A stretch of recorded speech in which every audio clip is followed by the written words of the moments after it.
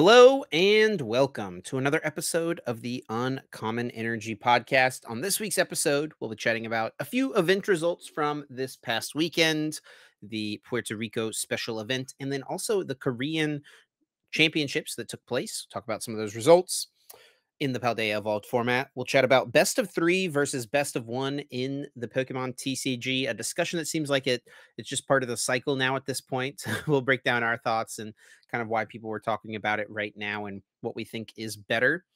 We'll, of course, have everyone's favorite segment, Guess That Flavor Text.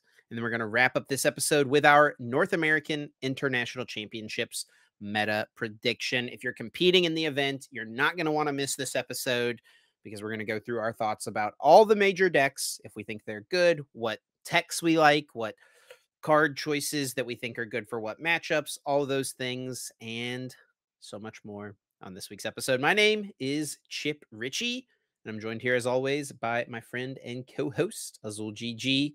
What's up, Azul? How we doing? How was your week, man? Doing good, Chip. Had a solid week. And I feel like it's been a little while since I've traveled now. I was gonna say it hasn't felt like, what is it, 3 weeks in a row since Fresno? Two Yeah, weeks? yeah. 2 weeks, And for 3 Fresno, weeks? you didn't even have to travel super far as well. Yeah, to drive. So yeah. It's been nice. Yes, I guess it's 2 weeks, right? I don't even remember when Fresno was now. Hmm. I think it's been 2 weeks. Yeah. But it's been nice to have a couple weeks off from traveling. I'm actually looking forward to the time off as well after NAIC, between NAIC and Worlds as well. So I'm actually looking forward to that. But yeah, I'm doing good. A solid week, content, all that fun stuff. Just kind of the usual grind. What about you, Chip? How was your week? It was pretty good. This weekend, my wife and I went down to my in laws' beach condo and hung out with them for a little bit. Got Samuel in the swimming pool, which was pretty fun. His first time playing in the pool. He hated it at first, but then loved it by the end. So I think we call it a net win overall. We were kind of surprised because he loves bath time. He loves splashing his feet in the bath, but I think the pool water was just really cold. So I was, holding him as we went into the Yeah. water trying to get him ready. And as soon as his toes hit the water, it was like just this big frown. He poked his bottom lip out and let out a bit like he was not about it, not excited, but he warmed up to it eventually.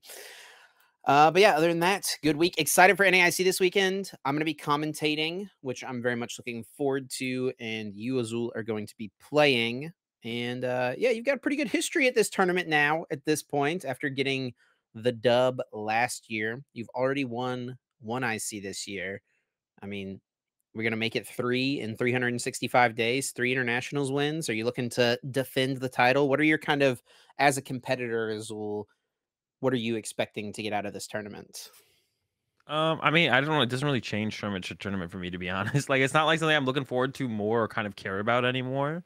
I'm sure if I won it again, then it would be like, um, it might feel a little bit different, but like I am not going into like for this tournament specifically. I've done like super compared to the other ICs. I feel like I prepped the least I have for any IC in a while, or like since like post COVID.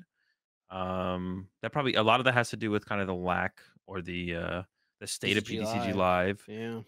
Because a lot of my testing kind of comes from just streaming Pokemon. I don't do as much like try hard testing as probably a lot of people think. Um, but I am gonna be leaving. Like this is coming out Tuesday. So when people are hearing this, I'll be in Columbus. I'm leaving Monday, getting there Tuesday morning. Um, or to prep for NAIC, getting there a little bit ahead of time. I mean, we play on Friday, so it's not even that much in advance, to be honest. Like you check in Thursday. I'm like getting there like one day or two, like 2 days in advance, because check in Thursday usually most people get there Thursday. Tournament starts Friday, Saturday. So Tuesday and Wednesday going to be trying to grind some games. There doesn't really feel like there's too much to grind though in the current meta. It's feeling a little bit stale, and we'll kind of, or not a little bit stale, but a little bit narrow. We'll talk about that Sure. later. But yeah, excited to compete again. I'm mostly excited to be honest. I'm most excited for Hot Chicken Takeover though, or what is it called? The The place at restaurant? at North Market, the chicken place there is so good. So if Yeah, anyone yeah.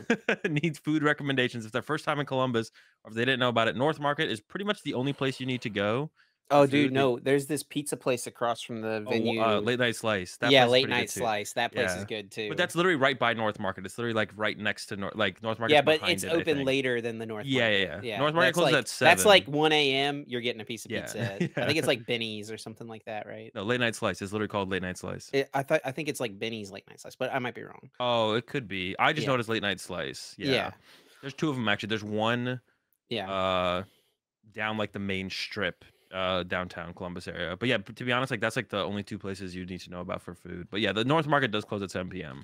Yeah, I'm like super excited for that's like the some of the best food I've ever had is the hot chicken place there. So I'm excited for that more so than anything, to be honest. That's because maybe it's just because the current meta just feels like it's not very exciting, to be honest. Yeah, we'll talk more about the meta as we get into it. It's definitely gonna be a fun weekend. I'm excited to get to try to cube a little bit. Gonna try to run my cube a couple Gross. times. I know Puka's gonna be there running his cube as well. So A lot of did you say cubers. gross? You love to cube. Yeah. What are you talking about? Nah, dude, I'm burnt out on cube, to be honest. I'm not gonna. I need to take a There was a break from it. while you Otherwise, were like fiending for it, but you're just not feeling it yeah, anymore. yeah, not as much anymore. To be honest, I think part of it has to do with generally the timing of when cubing is done. It's like super late. Like I enjoyed the like cubing at Listen, man, NAIC we'll last be trying to year. cube on like Wednesday, Thursday. It's not like you've got I'm gonna be anything else to prepping do. there. Yeah, I gotta get hot chicken and test games of Pokemon. I'm busy, bro. My schedule's full. Um, but yeah, like last time when we cubed at NAIC last year, that was enjoyable because it was like mid Sunday afternoon, after the tournament, Sunday. It yeah. was like I don't know, was it 3 p.m. maybe 4 p.m. Yeah, We yeah. cubed It was and then after went and got food or finals. something. Mhm. So that was good. Like I enjoyed that. But like the other times when we cube, it's usually like late Sunday. Like we're cubing up until like 1, 2 a.m. And that's when it's like not as an enjoyable of experience. That's fair. But yeah, the midday cubes are where it's at for sure, and it's definitely more enjoyable. Well, we're looking forward to it. NAIC is going to be a blast. I'm sure plenty of people are going to be there. If you see either of us and want to come up and say hello, take a picture, whatever, we're happy to meet people. Sure, And yeah, sometimes people are like, "I didn't want to bother you guys," and I mean, if we're not sitting there talking to someone, you're not bothering us. So feel yeah, free to come up and say hello, and we're happy to chat, do any of that. But yeah, let's get into this episode, Azul, and we're going to start off by talking about the results from the Puerto Rico special event this past weekend. And there's also the Korean Championships, which I didn't even realize were happening until I saw Sajin's yeah. post today that he won the tournament. So did not even realize the Korean Championships were happening, but there was like a live stream for it and everything. But yeah, we talked about Puerto Rico happening on the podcast last week. It did go down, and John Eng did come away the winner. Now, we don't have anything on Limitless to talk about this. There's no standings picture or anything to look at. No deck lists have really been shared too much. Aiden Koos shared his deck list that he used to get second place, which is like a Lost Box Aerodactyl deck list, it looks like. All Yeah. we know about John's list is that he played Lost Box. And other than that, no one else in top 8 has shared their list. And I have to imagine that has to do with the proximity of this tournament to NAIC. People are kind of wanting to keep a tight lip on their 60 cards. You think so, Azul? Yeah, that's probably the reason, which is reasonable. Which is reasonable as well, to be honest. I know one of the top 4, all of top 4 was Lost Box. One of them had Kyogre. I don't know if it was John. John has been most recently playing Kyogre in quite a few tournaments, so I don't know if John had the Kyogre or not. That's what I heard on Twitter. It's like there's 4 Lost Box, 3 Turbo, I feel like I saw 1 that somewhere Kyogre. too. Yeah. But I'm actually not sure if that's 100% true. But yeah, Lost Box kind of taking over in Puerto Rico, for No, sure. I And do think there was some Gardevoir, right? I think it was 1 Arc Pile and then 3 Gardevoir, or maybe 1 Arc Pile, 2 Lugia, 3 or 2 Gardevoir, 1 Lugia. It was something like that though. I'm pretty sure there was an Arc Pile in there somewhere. I Yeah, forget where. Pokestats just tweeted the players. They didn't tweet the decks or anything like that. So yeah, it's still not a lot of results from Very the little info on the tournament. tournament. Yeah. People are trying to keep it hush hush, not giving away too I actually just much. clicked on John's tweet. I didn't. I saw John's tweet yesterday. I won tweet, but I didn't play the Sableye gift, and that's like seizure inducing. Like I just So I like clicked shouldn't it. play it. Oh Yeah. gosh. Okay. Yeah. I saw it for a split second. Not Not playing quite, that. not quite, but it's like I don't like looking at it personally, so I like stopped it immediately. Yeah, well, Um, congrats to John on getting the win. For sure. I mean, that's plus 200 points that he needs for his top 16. I think he was probably pretty he locked for was top locked up, 16 I'm pretty regardless, sure, but yeah. he seemed to be worried about it. So went down, and I guess the trip was worth it. Got the win. Got 200 points. I mean, if it's like a chance, I don't know, like, I like, if like a flight was like really cheap for me, it's like a 1-day event as well. Like you can kind of get in and get out. You know, you could even like fly in Friday night, leave Saturday or leave Saturday night. If there was like special event near me, I would maybe even consider doing that. I'm not a huge fan of going to special events because there's just so much less on the line to take the time to go to them. But you know, if it's really close, reasonable flight price, then it definitely kind of makes sense. I Yeah. don't think the I guess one thing I'll mention about the Puerto Rico tournament is I don't think it's like a great example of the potential of the format. You know, 4 lost box and top 4 seems kind of meh when you're like looking at the future of the format. It's like, oh, is it like lost box of BDIF and it's going to be like, you know, the next Lugia or Palkia in this format? Um, or in this, yeah, in this format. And I mean, it's just like there hasn't been that much time. This hasn't been out that long. A lot of these players probably haven't put a ton of time in testing, and it's also just not a very high. It's not that many players either, right? There's still so many other players who have been playing with the set and could have cooked up some other stuff. A lot more to be cooked up, hopefully, in this format. And it's not just going to be a 30% lost box meta. Although Lost Box kind of hasn't had its 30% moment yet. We had the Palkia, the Lugia, the Mew. They've all had their 30% moments. Lost Box hasn't had its yet. Maybe it is its time. Of course, it also might be Gardevoir's time to just kind of be that deck. Yeah. So, I mean, is it a surprise to look at the results and see? I know you said you don't think it's going to be super indicative necessarily of what we see in Could be Columbus, but though. like, is it surprising that it's 4 Lost Box in top 4 and not 4 Gardevoir in top 4? Because the way like people are talking about the format right now, it seems like all I'm seeing is Gardevoir, Gardevoir, Gardevoir on the feed. Gardevoir mirrors, be ready for your Gardevoir mirrors, all that stuff.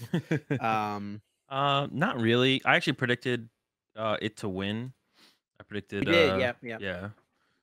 I didn't think there'd be 4 in the top 4, but I think that's more of like a like, also based on the players that I knew who were choosing to go there, it doesn't surprise me that it ended up being that many in the top 4. Because like a lot of the players who were going of like the top players that I knew were going, none of them struck me as Gardevoir players, Gardevoir mains. Gardevoir mains, they've got like a certain stereotype about them, Azul.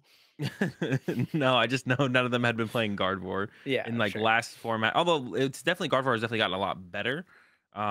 It's also a deck where it's like I think a lot of players who are experienced with either deck would probably be playing Lost Box mirrors as opposed to Gardevoir mirrors. But I say that, but I've been playing a lot of Gardevoir recently on my stream, which is a little bit of a headache because of the the energy attachments taking so long on PTCG Live with Gardevoir. But there is definitely a decent amount of depth to the Gardevoir mirror for sure. Oh Um, yeah, so we should have talked about this in the intro a little bit, but you started playing TCG Live this past week on your yeah. stream, which you had not been doing very much. Why did you decide to do that? And Well, I mean, I knew is it eventually. Like there's no tournaments being streamed. There's only like so many other things to kind of do, and I do want to play with the new cards. It's not like I don't want to play with the new cards either. So it was funny though. The first day I streamed it, it is really a headache to play games of Pokemon on there. The games take forever. If you're choosing to specifically play Gardevoir, the getting all your energy from your discard pile onto a Pokemon takes forever. Games in general with the animations and the actions outside of Gardevoir take forever.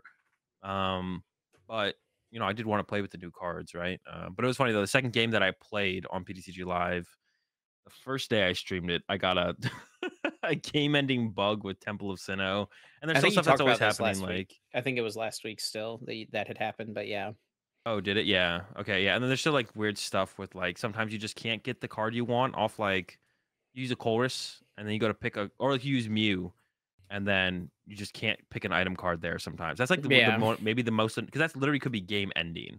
Is that like you use Mew, there's a battle VIP pass there, and you just can't click it, and it's just like you know you get a couple of those in a row, or with like 2 of those in like 7 games or something. It's just like you just want to log off. Like it's just like so like not demoralizing, but Pretty really close. sucks the energy out of the like you're like excited to play Pokemon, and then like that like oh that's all it takes to really make you want to close it and go play something else.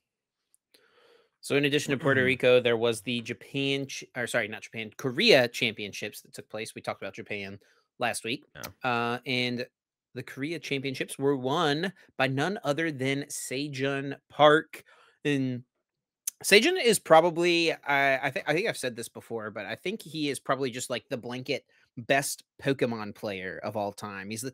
2014 VGC World Champion. He got top 32 at Worlds in TCG in 2016. He got top 8 at Worlds in Pokemon Unite last year. So it's like whatever Pokemon game this guy wants to play, he's gonna play, and he's basically a pro at all the Pokemon games, which is pretty cool. But he did. I mean, literally, literally a professional player for what's it called, T1 as well. So Yeah. like, Oh, is he still? I think he was. I don't yeah. know if he is still. Oh wait, former It's, yeah, at it says T1 Pokemon former trainer. T1. Oh, okay, okay. My bad, my bad. Used to be part of a big esports organization. No longer, I guess. But yeah, so he Um, got the win in Korea with Miraidon and spiked a day 2 invite to the World Championships, which is pretty sick. But yeah, I mean, so this is a list in our current format. Let's talk about this because there's some interesting things going on here. I mean, as far as like the less surprising things, maybe there's like a couple Arvin in this list, the one Bravery Charm, a couple Iono with a Judge, so a little bit of a mix of those supporters. Then we look at things that might be a little more surprising, like one Flying Pikachu V with no which Flying one? Pikachu V Max. What the heck is going on, Azul? I don't know, to be honest. I guess it's like for some like late game kind of YOLO type scenario. You play it down and you just hope to get heads, and then they can't attack you, right? It's just like protects itself. I Mhm. believe, right? So Yes. yeah, I have to imagine that is the reason you play it, right? You play it that you just like Iono low, and then you just swing with the or even early game against Lost Box, right? You just fly and hope it sticks for a turn. I mean, you get a knockout no matter what against Lost Box, right? And then if you get heads, you're not Nope. getting hit, maybe. Nope. If Oh you wait, flip tails, it does nothing. oh my god. So it is just like a comeback card in the late game against probably Guardy and Lost Box. Like you play Iono, put them It's just a low, one card inclusion to give fly and hope to yourself a get heads. chance. Yeah, Play to your outs, right? That's like a VGC definitely player yeah. mindset, right? I got to play to the rock slide flinch or something like And that it's way coming better through. than something like that, right? Because the rock side flinches and stuff like that, those are like what, 10 percenters or something. But like Yeah. a fly, that's a 50-50, bro. Video game players love love the TCG like on a heads That's broken. That's 50%. broken. What? But yeah, other than that, um, I mean, this seems like just a pretty straightforward like turbo list yeah, with the 2 Flaffy, 2 Raichu. This is kind of what we've seen from most Miraidon lists at this point in the format. It does have the Squawkabilly EX in here. Seems like a deck that this card would be pretty decent in, right? Just a little bit of extra reach on turn 1. I mean, this is like yeah, a turbo definitely. turn 1, get your attack off turn 1 type deck, right? Yeah, and it's Um, actually like this is like actually kind of like a hybrid list. I feel like between the slower flaffy builds, but there's still like 14 basic energy in this build, right? So it's kind mhm. of like in between. I feel like Squawkabilly does enable that quite a bit There's as no well. Greninja in here, which is kind of interesting. You got the Billy now, so I feel like that kind of I wonder if that's just better, maybe. Billy or the Greninja. The Billy. Yeah, probably the Billy. I think it is. I mean, you're on 6 compared to 2, right? And you need to Yeah. have an energy. Like I think yeah, the Billy probably is a little bit better if you're trying to be aggressive. And I think that's the only way Miraidon's winning games. Like if you go second and you whiff an attack, you've lost. Like the game's already over. Like so, you can't be whiffing with Miraidon. And yeah, the Billy definitely helps that for sure. So yeah, Miraidon. I can't say that I think the deck is still very good, but I mean, yeah, Sage and Park. I think you put it well. Like Sage and Park is definitely the best Pokemon player. I was gonna say trainer for a second, but we'll go with Pokemon player. A Pokemon the master, you could yeah, say. literally, Sagen is the best Pokemon player in the world for sure. Maybe he'll Has done it all so qualify for far. Go next year. Yeah, I guess like is that the one thing Sagen hasn't done? Hasn't played Go at Worlds yet. We've only had He's what he's 1 gonna year be a though. competitive Pokemon Sleep player.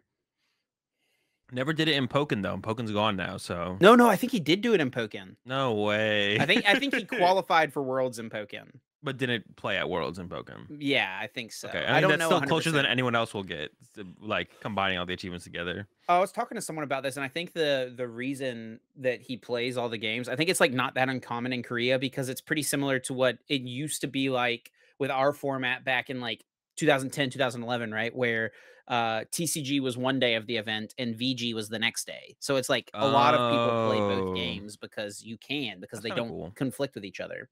Yeah, yeah, that is kind of cool. I mean, I wouldn't recommend. we adopt that, but that is cool that you can that is something like that over there. That it's an Um, option.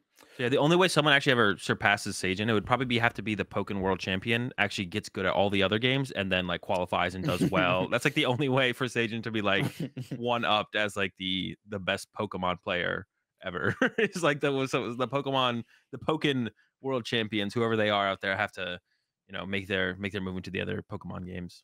Oh, one last thing before we move on from this. Sajin did in the replies here post his matchups and records and everything. In day one, or was it day one, day two? I think it must have been a 2-day tournament, right? Well, day Um, one and then top cut. yeah. Well, I don't know if Could have it's been all in like one it all day. happened in one day. Yeah, that's what I don't know.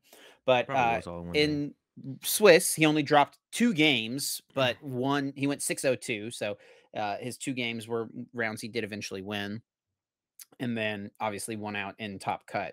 And he put his matchups here, like I said, played against 5 Gardevoir in Swiss, went 5-0 against them, and played against a Gardevoir in top 8 and beat that. 6-0 against Gardevoir, which I would look at this list and be like, this doesn't seem very good. It doesn't have a great way to beat Gardevoir, but is like just Bye. being aggressive, attacking turn 2, and then hitting him with an Iono or a Judge. Is that just enough maybe sometimes? I do think Iono is actually really strong against Guardy. I actually think Iono is like really, really strong against Guardy right now. Like I like my Lugia list. I've been running 3 Iono. Not only is it really good against Lost Box, it's really, really good against Guardy as well. So maybe I mean also maybe because of their this is just a joke, obviously. Because of their format, Sage and Parks maybe just playing against a bunch of video game players who picked up Guardy decks and don't know what they're doing. Oh no. Obviously that's not the case. But yeah, I mean that's impressive for this deck to beating Guardy that much. I don't know. Maybe Miraidon is just like better than everyone gives it credit for. I don't think so. But yeah, I mean, Sage, like I said, Sagen is definitely one of the best, if not the best, TCG player over in Korea, right? So, skill out trumps all. So, Sure. Most of the time. Most of the time. yeah. I mean, like on average, skill will trump all. They were playing So best 2 out of 3 over there.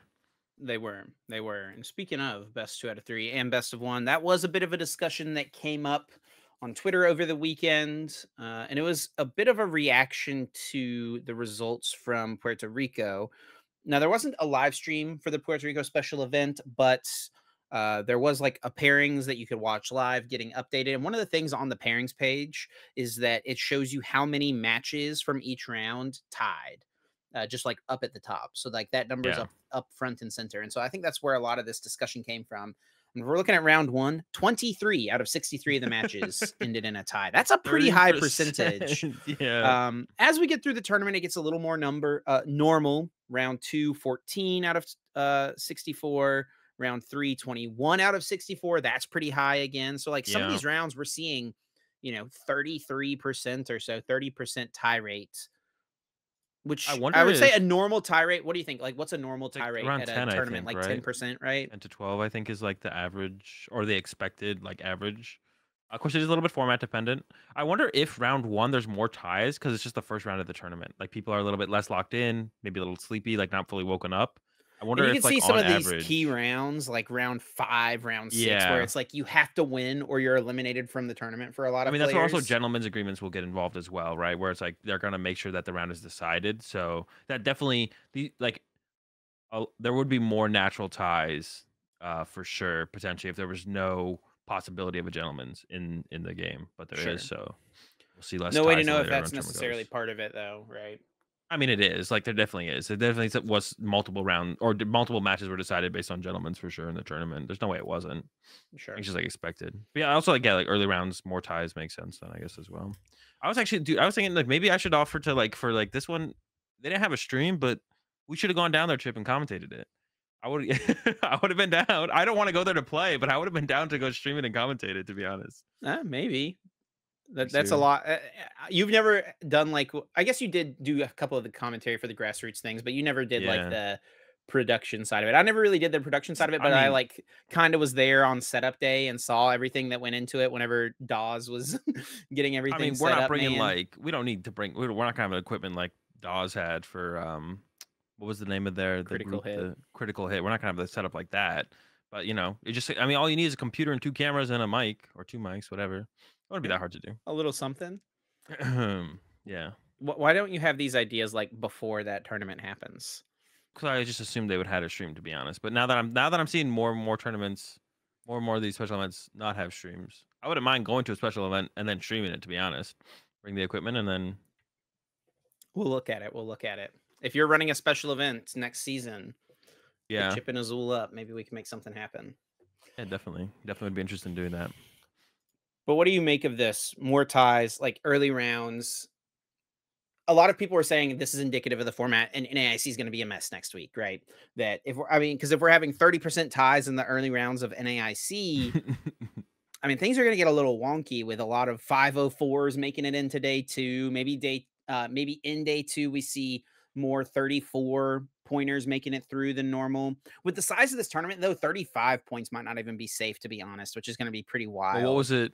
What was it at? Because right now we're expected to probably have around 2,000 Masters players. It's like I just checked it earlier before the cast. There's like 2,400 registered on Yeah, RK9, and then like what over 2,000 for 21, sure. 22 of them are Masters. But then I don't think we'll actually hit 2,000 players because there's going to be a decent amount of people who don't show up, right? Like, what is that percentage? There's I always don't know what that some no percentage is. shows. Yeah, I think it's possible we actually don't have 2,000 players. I think I would say it's probably likely we don't have 2,000 players. If we're looking at 2,100, 101 people not showing up, that seems reasonable out of 2,100, right? Well, probably like 200 people probably don't show that registered.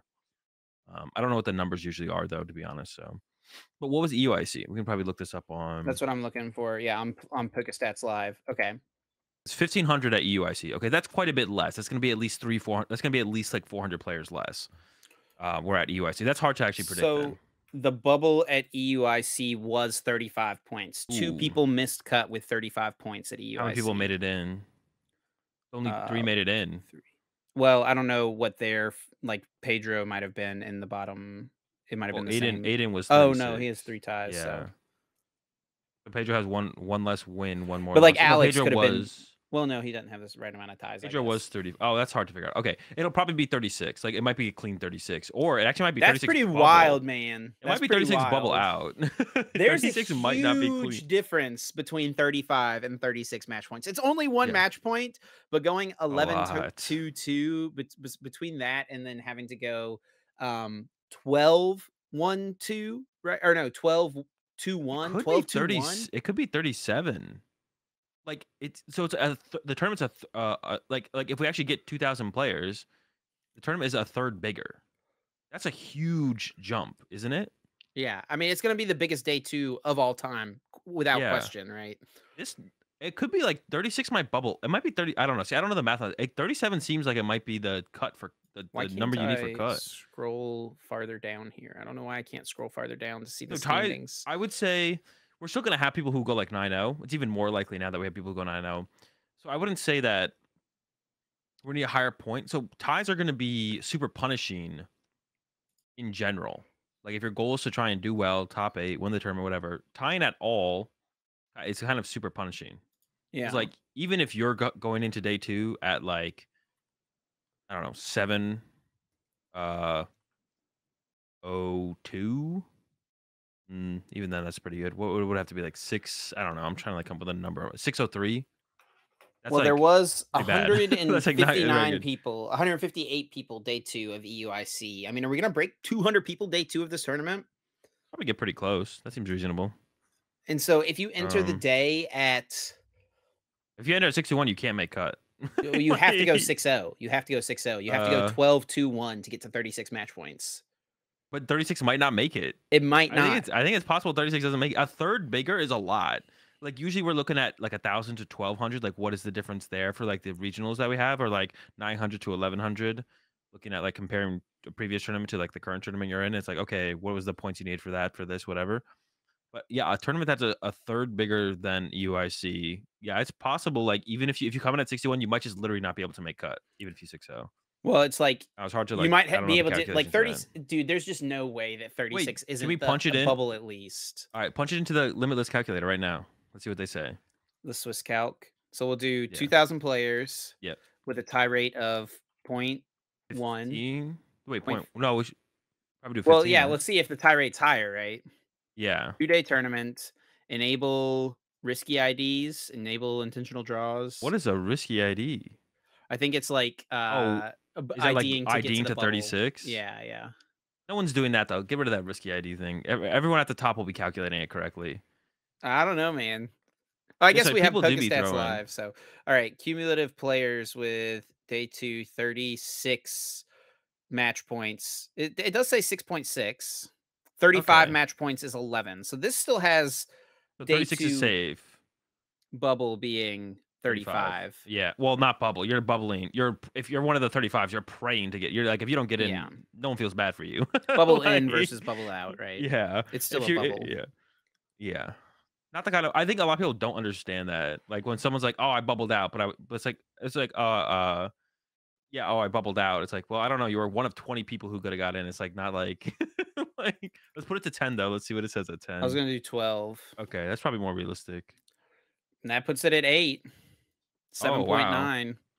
Wait, so oh, that makes sense though, Well, let's right? do Less risky ties, more points. IDs at 12%. It doesn't change anything. Just play. No one should be like, yeah, with like Poke data, you can check your resistance now too. So you should know if you can ID or not. Yeah. Anyone, dude, it's so cringe when people mess this stuff up too. And it's What like, is consecutive listen, IDs? if you're in a situation where you're getting close to be able to get into top 8, check Poke data, check your resistance compared to everyone else, and then what was the other tool you said? You said another one, right?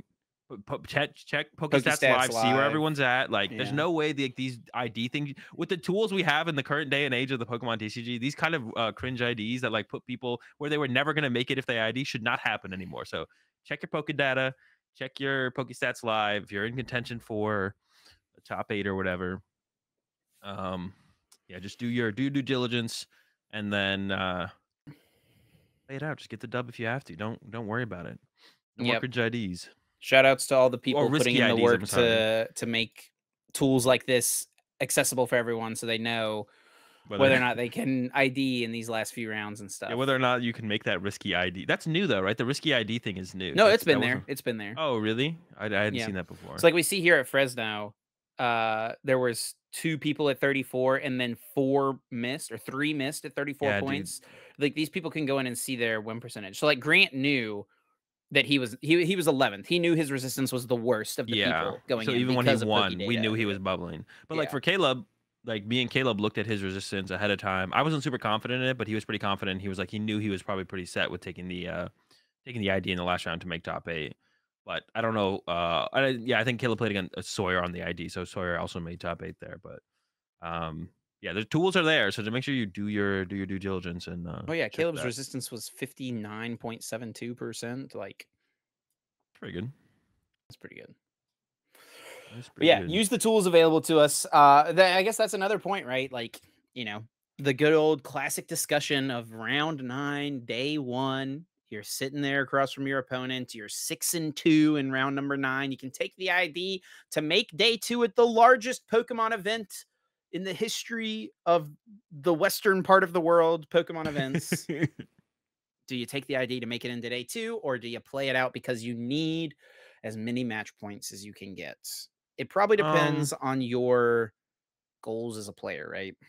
I think a little bit of it comes down to personal goals, but if your goal is to get better and just grow at the game, like you could take the ID, At get some point, into you day got to get 2. over the "I just want to make day Yeah. 2" mindset, right? Well, it depends. It depends if that's all you want to do in the Pokemon TCG your whole career playing it. But I don't understand why if that's all you care about, then why not take play it out? Play the game, try and get that 7-2 record, and then be actually playing in contention for a decent placement. Because then at that point, if you're not trying to be super competitive, who cares how you place, right? If you're just there to show up and play Pokemon, you know. But so yeah, I feel like a lot of people just need to get over that and stop tying these or stop IDing these win ends and like have that little bit more cutthroat mindset. We've definitely Like seen a lot more players as the season's gone on. We've seen a lot more people be willing to play it out at. it's not that many. It's like me and Ian Rob. No, Like it's definitely more than that. I mean, it's still like it's it's still, dude. it's like two Azul, tables. Azul. Listen, like I walk through every round 9 at these regionals, and I count Yeah, the it's like number me of and one other people, person who played dude. it out the last 2 regionals. Well, It's it like just me. depends. Well, it Actually, depends on no, the Fresno. tournament as I think there well. was a couple at Fresno.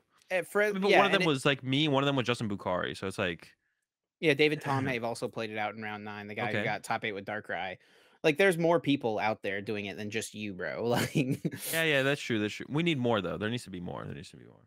I just think it like makes it doesn't almost make sense, even like from a more casual perspective of just wanting to make day two.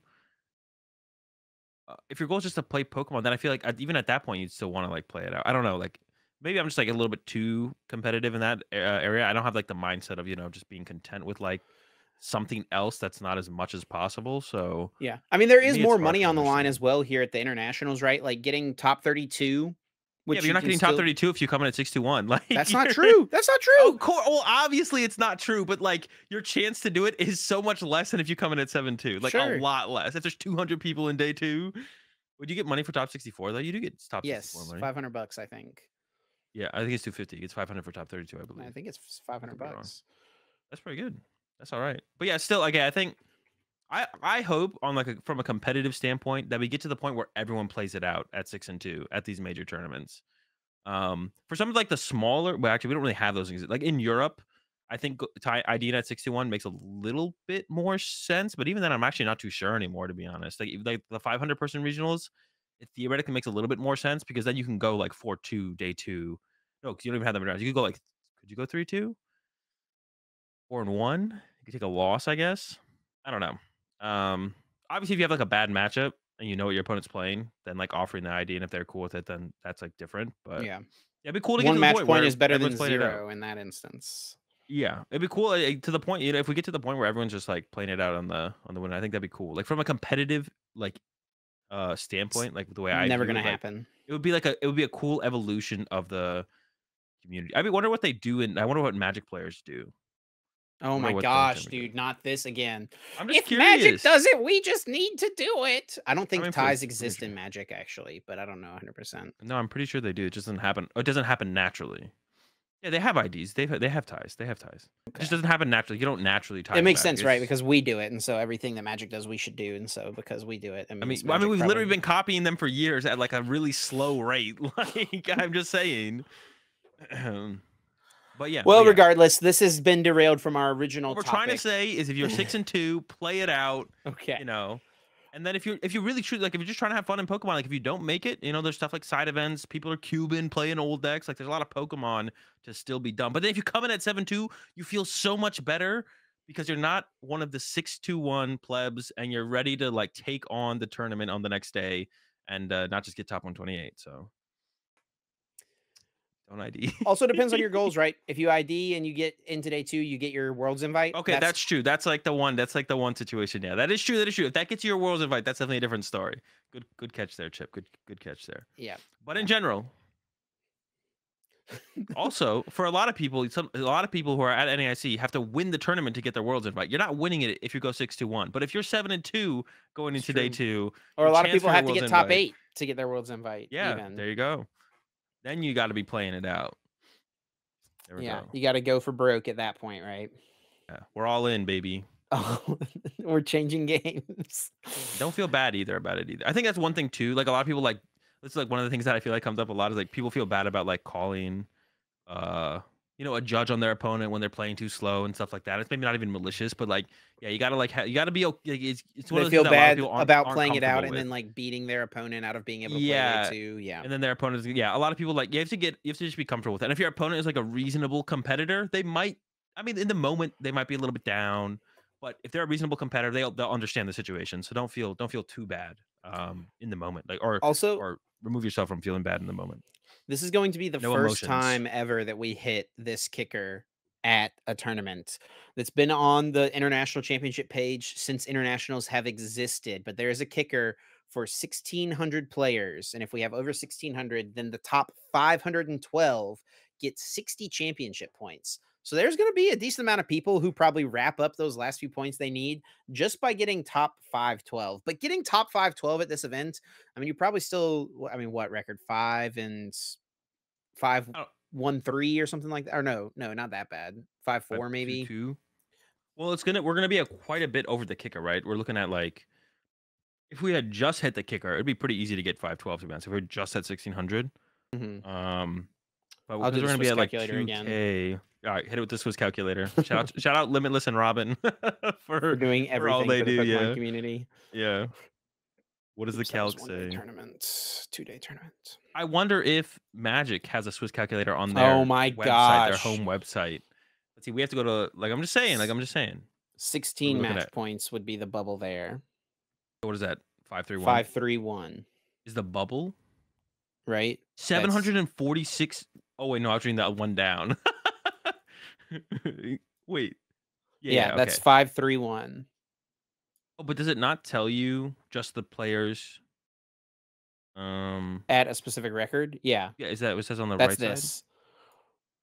And this is cumulative Oh, players. I So was like like, okay, damn, that would feel bad to be one of the people who don't hit the 512 then, because it's like, wait, what's the number again? 531, Oh, but it's 512. You said? 512 to get 60 Yeah, points. I'd feel bad if you're one of the people who don't get 512 then if That's you why needed it's it. such a high kicker though for 1600 players, right? Because it's Yeah, like at that point, that many people like 531, still a solid record. You're only one win away from day two, right? So like that's still a solid record. So it makes sense you should come away with something, but not everyone apparently who goes 531. yeah, not quite. Yeah, it's fine. Okay, well that was a yeah.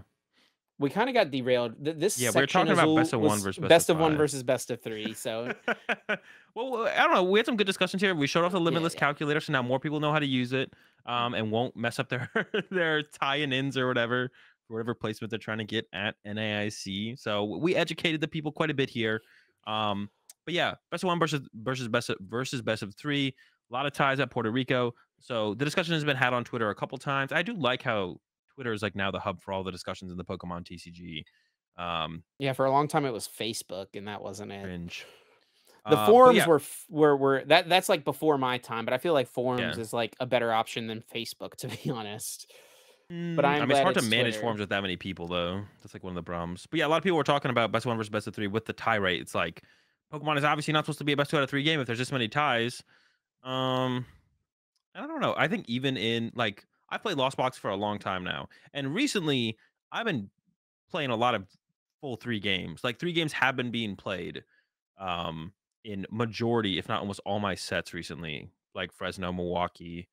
Now, is that Um, because three games are completing or because you are conceding a game on turn two or turn three? Sometimes I'm conceding. I not that often though. Well, yeah, no, sometimes I am conceding. Um, Because but I went to three games a lot in Milwaukee, but it was because I was conceding like game two when I didn't think I was going to win. yeah, but I think that's like one of the things like Lost Box is just a kind of like a slower deck. There's not like a perfect world where like everything will get, three games will complete for every kind of deck in Pokemon. But I still think like best two out of three is like so much better than best of one. It's like not even close. Despite you when you have decks like Lost Box, or even I think people are like talking in terms of this like specific format, Guardian Lost Box, the top two decks. Guardian also takes a little while to play through games, right? Especially mirror matches, or games against Lost Box with Guardy. So I think it's a little bit of the product of the format and way less of a kind of a knock against best two out of three in Pokemon. I still think best two out of three in Pokemon is like I don't know. I couldn't really put a quantitative number on it, but it's like 10 times better than best of one. Yeah. I mean, just the better player. Is it true that like the better player wins a higher percentage of a time in a best of three versus a Yeah, best of one? Like you're yes, by a eliminating the lot. variance, right? By a lot. I think it's by a lot. Yeah. And So that's yeah, what like definitely. in a competitive game, that's what you want. You want the skill expression to be a high factor in a competitive game. And so but that's like what makes this interesting, right? Is that there's a mix of like the RNG and the luck in here. So like a worse player can beat a better player sometimes, right? It happens at every tournament all the time, right? Yeah, of course. It's Yeah. it's but that's like I think part of the draw of this. It's like something like chess is pure skill, right? The better player is pretty much always going to beat the worst player Hmm. as long as they're playing their best, right? Yeah, almost then at that point in like chess is like the only way you're like beating the better players like due to like, I don't, I don't know, maybe they like did not get a lot of sleep last night. Like that's your win condition is Yeah. like a poor You're not poor going to outplay environment someone who has a higher rating than you. in chess. Yeah, not very often, right? So obviously, there are some gap. Like I don't know what the ELO gap would be. Like they would put on average of where like you might be able to beat someone like within 10 or 20 or 50. like where like someone is actually be able to beat a player of higher elo in chess. But in Pokemon, yeah, it does happen a lot more often, but it happens a lot less in best 2 out of 3, I think part of the for issue sure. that a lot of people have had with this, though, is just that ties feel so deflating to your tournament run a lot of the Yeah, time. Sometimes you're on the end of that was a bad matchup. I'm happy to get one match point out of that. And sometimes you're on the end of like, I would have won that game if we just had two more turns. Like, those are the really frustrating ones, obviously. Um, I agree what with that. But I think a lot. I mean, very few people, if almost no one, is actually maximizing their um, knowing 100% when to scoop or playing as fast as they possibly could. Like, no one's they could be working on being able to play faster, or identifying that they have to go for a more like not. I hate to use the term risky, but like the optimal route is not the average route you would take in the matchup normally. Like I had a game against Mew. time has to become a factor, right? Yeah, yeah. Like I had a game against Mew at Milwaukee, where we were about to go into time. I went into time on their turn after I took my first turn, and I knew that on my before we go into game 3, I was like, okay, turn 1, uh, I have to just burn through my deck. Turn 2, take a knockout with Dragonite, and then turn 3, take 4 prize cards with Kyogre up against a Mew player, and that's what I did. So I won the game in 3 turns. But I knew going into the game that that was my game plan. I was like, there's no way my opponent ever wins this game, but if I want to win this game, this is literally what I have to do, and then I just did it, right? So like identifying that you might have to play differently than you would on average, now all of a sudden that becomes the optimal line of play and not what you would do on average just based on the time left, right? So I think a lot of people just aren't maximizing in a lot of those areas, and that's like, and a lot of people just look at it as kind of complaining about like the game, the format of best out of 3, the format of the current sets with Lost Box and like Guardy. And it's not really like addressing their own problems. It's like the same thing where people like always kind of blame oh, I'm super unlucky. I always get unlucky. I always get tails on my crams. Oh, that's Yeah. predictable. I prize all my good prize cards. Like it's like just complaining in a different way, but really it's just them not maximizing their outs to begin with. So it's another situation where like people just need to learn how to maximize their outs better and stop complaining. Well, Azul, I think it's time to move on to guess that flavor text. But before we get into it, we do have to take a moment to give a thanks to Dragon Shield for being a sponsor of the Uncommon Energy podcast. Dragon Shield, of course, makes some of the best card gaming and tabletop gaming products and accessories on the market, including sleeves, binders, deck boxes, and of course, so much more. Azul and I love their products. We use them all the time. You got a couple boxes ready lined up. You got an idea of what color you kind of want to go with for NAIC, Azul? Yeah, I brought some blood reds, and then I forget the other 2 colors I That's been brought your as go-to, I well. feel like, recently. Yeah, yeah, I like the blood reds. So yeah, bringing some of those. Bringing a blue set. I'm bringing like 4 things of sleeves. I always like to have an extra thing of sleeves with me just in case like something happens with my deck and I need to re-sleeve it, because sometimes just weird stuff happens. You need to do like a full re-sleeve or something. So one set for day 2, one set for day 1, one set for day 2, one set for top 8 if I make it, and then a 4th set just in case something happens throughout any of the days with the other sets. Better safe than sorry. Well, shout out and thanks once again to Dragon Shield for being a sponsor. You can find them on their website, dragonshield.com/webshop/either US or EU, depending on where you live. And you can also, of course, find them at your local card shops, big box retailers, Amazon. You can get them just about anywhere. Dragon Shield is the name you want to look for. We highly recommend them, and that's all we use. So it's the way to go. And with that being said, it is time for Guess That Flavor Text. It's Azul's pick this week. For anyone who doesn't know, with Guess That Flavor Text, each week either Azul or I picks a card, reads the flavor text on it, and has the other host try to guess what Pokemon is featured on that card. If you get it right, you get 4 points. If you get it wrong, or sorry, and then we have 3 lifelines you can use. For each lifeline that you use, you lose a point that you could earn. So if you use 3 life points, you only get lifelines, you only get 1 point. I'm tired, man. Spent all day driving back from the beach. As soon as we got back home, I started mowing my lawn. So as soon as we're done recording, I'm going to bed, bro. But All right, are you ready, Azul, Chip? you got a card for me? I do. You All ready? right, let's do it. I was actually thinking, how long do you think it's gonna be until one of us like picks, I guess, that flavor text that we've already done before without without realizing that we've already done that one before? Part of me It'll thinks it happen might be eventually, this probably, right? week if you're asking me this question. No, but I was just thinking about it earlier because one of the ones like I was just kind of looking through cards, earlier while we were getting ready to start the podcast, and one of them I read it and I was like, wait. I was like, ooh, this one's decent. I was like, wait, we've done this before. I've had that same thing happen, to be honest, Yeah. where I'm like, yeah, this one it would be hard, and I'm like, wait, I feel like it might not be the exact same card, but it might be like the same Pokemon, you know? Yeah. All right. Well, it does not prefer to fight. Even one drop of the poison it secretes from its barbs can be fatal. Well, I mean, my first thought is Quillfish, to be honest. Poison barbs. What else? Poison barbs. I want to say that's an ability in the games as well. So I mean that there's like that it's poison that it secretes from its poison barbs. I mean, I think it just is screaming Quillfish to me like right away. I'm pretty sure it is a water poison type. Yeah, it's like definitely a water poison type. Um, do I want to just lock it in and guess Quillfish for the 4-pointer? That seems so easy that you would have given me that. Let me hear the flavor text one more time. I might just lock this in as Quillfish though.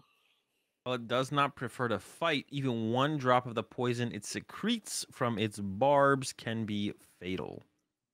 Dude, how are these Pokemon like? Is that to humans? I assume that's to humans, right? Because if that's just like, like, are these Pokemon just out here that easily decimating each other? Like, dude, Pokemon are, I mean, animals in real life kill each other, you know? It's yeah, gotta but happen, like, right? I don't think it's Gotta happening on happen. this to the extremes that some of these Pokemon's flavor texts are suggesting. Man, I really just want to lock it and guess Quillfish. I don't know that Quillfish is a Pokemon that prefers not to fight, though, is kind of what I'm thinking about. It could be like Hisuian Quillfish as well. I don't know what the like if there's something there that we need to try to clarify. Like if I guess Quillfish and the answer is Hisuian Quillfish, do I get points for that, you know? Nah, you have to guess. You'd have to guess Hisuian Oh, Quillfish, dude, I it's got to think. be Yeah. Hisuian Quillfish then if he's saying that. I'm getting some free lifelines here. Okay. Maybe I should use one or two. I am ahead, so I think I can give up the one or two lifeline points here. Let me go with what set the card is from. Card is from Plasma Freeze. I'm pretty sure there's a plasma Quillfish, man. The only other thing I would maybe think would be like Toxicroak, but Toxicroak is definitely a Pokemon that like wants to fight, I feel like. Quillfish, I could see not. That does eliminate Hisuian Quillfish, though, for me, obviously, because that's from Plasma Freeze. I don't even know if Yeah. I would have known that, to be honest. I would have been like, it could still be the Hisuian. Bro, the Hisuian one is like No, I'm less than a joking. year old, man. You've got to know that. All right, I'm locking it in. Let's go with the Quillfish. Looking for 3 points here, Azul. Do I get it? Oh, but we'll All walk right, through well, these let's other go through the rest of those lifelines. lifelines. Yep. It is a basic, Quillfish. and its attack is Poison Sting. Bro, Quillfish. how is this not Quillfish, you know? All right, is it like Venipede or something like that, maybe? It is not Venipede. It is Nidoran. Oh, no. It does be having some barbs on it. I'm looking at the artwork right now. There is some barbs on the Nidoran. This Nidoran female. Yeah, Nidoran female. Would I have had to get the female part right versus Nidoran male? Ooh, I didn't even think about that. Probably, right? Yeah. Well, I don't know. They're like basically the same. Does the Nidoran male prefer to fight? Maybe not. There is one in this set, so I mean, Read the other one. Let's see what it says. the other one says it scans its surroundings by raising its ears out of the grass. Its toxic horn is for protection. Maybe not. It's for protection. It's not for aggression. I got too hung up on the poison quills, thinking of Quillfish. I mean, a Quillfish is like pretty reasonable. I thought of Quillfish when I read the flavor text for the first time. I was like, Quillfish. And I was like, the attack, poison sting, basic Pokemon. Yep. Is poison barbs? I think I'm thinking of iron barbs as Ferrothorn's ability. That's an annoying one, by the way, that people probably don't like. It's pronounced Ferrothorn, not Ferrothorn. Ferrothorn. Yeah. Nobody likes that shit. You can stop saying it. Ferrothorn. Everyone hate. I'm just waiting for a good Ferrothorn Ferrothorn card to come out. No one else is. They hope they never print that card ever again, so they don't have to hear you ever say it like in a competitive on the All cast. right. Here we go. It's time, Azul. NAIC, the largest Pokemon event of all time outside of Japan, taking place this weekend in Columbus, Ohio. Probably around 2,000 Masters players. It'll be just probably the largest Pokemon event of all time outside of Japan, with just the number of spectators and VG, Pokemon Go. There's all the Unite? games happening. Unite will be there as well. It's going to be massive for sure. Probably doesn't beat the most recent Worlds, I guess. There was just a lot of spectators for that, right? But there will be a Pokemon Center, so that'll probably bring a bunch of people out. So let's start off by talking about what is on the line at this competition. Obviously, 10K to first, 500 championship points, but that's just at the top level. There's a lot more to play for. We talked about already how top 512 pays out 60 championship points. And there's probably a decent amount of people who are going to be playing in the tournament this weekend that this is their last chance to earn any championship points to qualify for their Worlds invite. I mean, what? There's probably going to be, I guess we could look real quick. This is not going to be updated because there's been tournaments this weekend, obviously, but I'll look real quick at the leaderboards and figure out how many American players have qualified so far this year, because that'll be the largest player group at this tournament, right? I mean, it'll also be like the largest amount of invites besides. It'll just be the Yeah, largest the amount of most invites total, right? tournaments. Yeah. Yeah. Currently, and this is without cups and challenges from this weekend, there are 149 players qualified for their World's Invite from the US and Canada. Many players need top 512. That's 60 points. What? So they would need to have 240 points at least. Or wait, no, Yeah. 290 points. 290 points. Did I miss it? No, did you? Yeah, I did. 290 points. It's not that. Yeah. So there's 191 players with 290 or more. Oh, really? So there's only like plus 50 players would Yeah. get their invite 40 from something, top 42 512. players. Interesting, interesting. There might be a couple more, of course, cups and challenges coming in, but yeah. So we're looking at roughly, what, like 175 invites from North America, probably. Yeah, and maybe there's someone who comes in with only like a League Cup finish, and then they just spike a top 8 run. Let's Those things go. happen. Yeah. Those type of things are always so hype, by the way. I love to see those type of things happen. But or like someone who hasn't played in a long time comes back and makes like a day 2 finish to get enough points, something like Yep. that. Yep. But yeah, Good a old lot on the line, Azul. Tom Dozel route. For anyone who doesn't know, Tom Dozel, like kind of like a North American legend in the Mhm. Pokemon TCG. He wouldn't go to any tournaments in the like. I assume he used to play regularly, back in the early 2000s. But then like 2010 on, he would only come to US Nats, and because it was an ELO system back then, he would have the baseline ELO. So anyone he beat, he would get a huge ELO boost. So basically, he would show up to US Nats and get his invite, and he did that. I don't know how many years in a row he did that. He also did that in some championship point years as well, I believe. But basically, he would just show up at nationals, do well enough to get his invite multiple times. Has done it multiple times. So yeah, I guess it's called the Tom Dozel from here on out. You like show up with like nothing, get your invite by getting a top 8 or something. The Tom Dozel route. You know, it could happen, right? I think at this Yeah. point though, you'd have to get top 4, right? Yeah, Is top that what it 4. is? Top 4. How many points do you need for 350, right? Yeah, so 350, Yeah. yeah. Top 4. So, I mean, someone could do Good it, stuff. but It's yeah, possible. it is possible. It is the cherry on top, the carrot dangled on the end of the stick.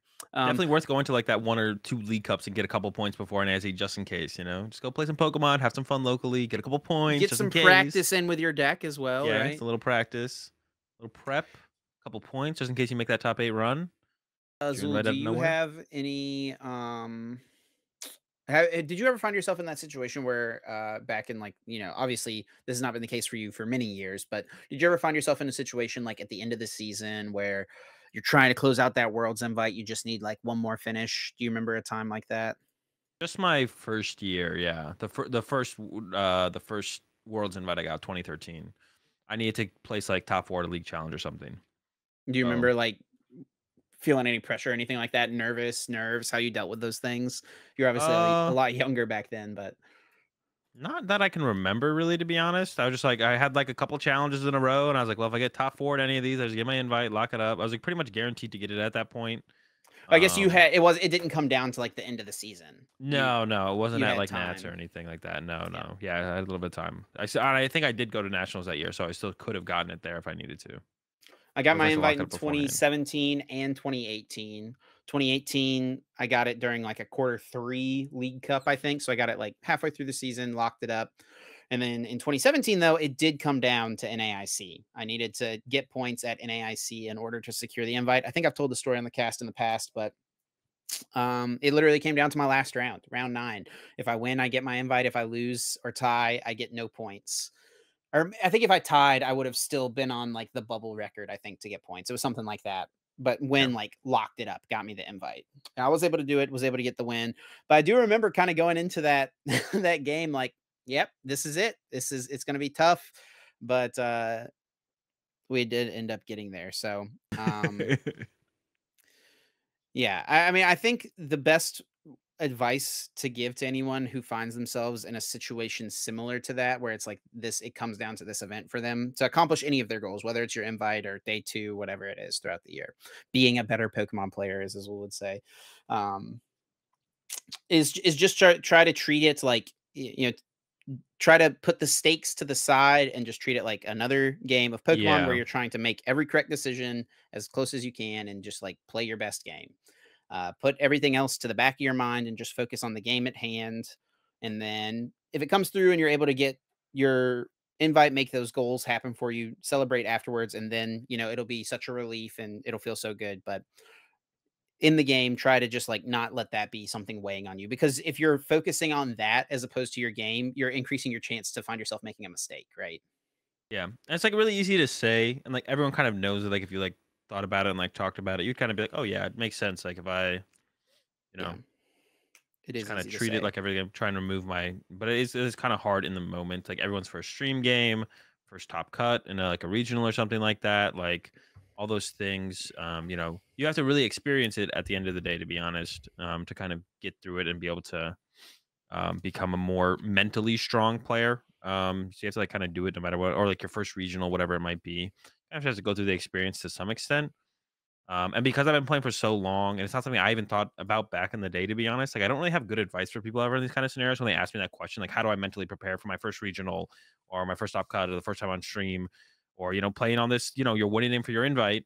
Whether that be to make day two or not make day two, if it's still the winning in for your invite, so the winning in for your invite, like how do you prepare for that? It's just like, well, like gotta kind of go through it, but also like, yeah, just remind yourself it's just another game of Pokemon, and like you almost have to make it like remove the stakes from the match a little bit, I guess. Like it doesn't matter if you win or lose, it's just a game of Pokemon.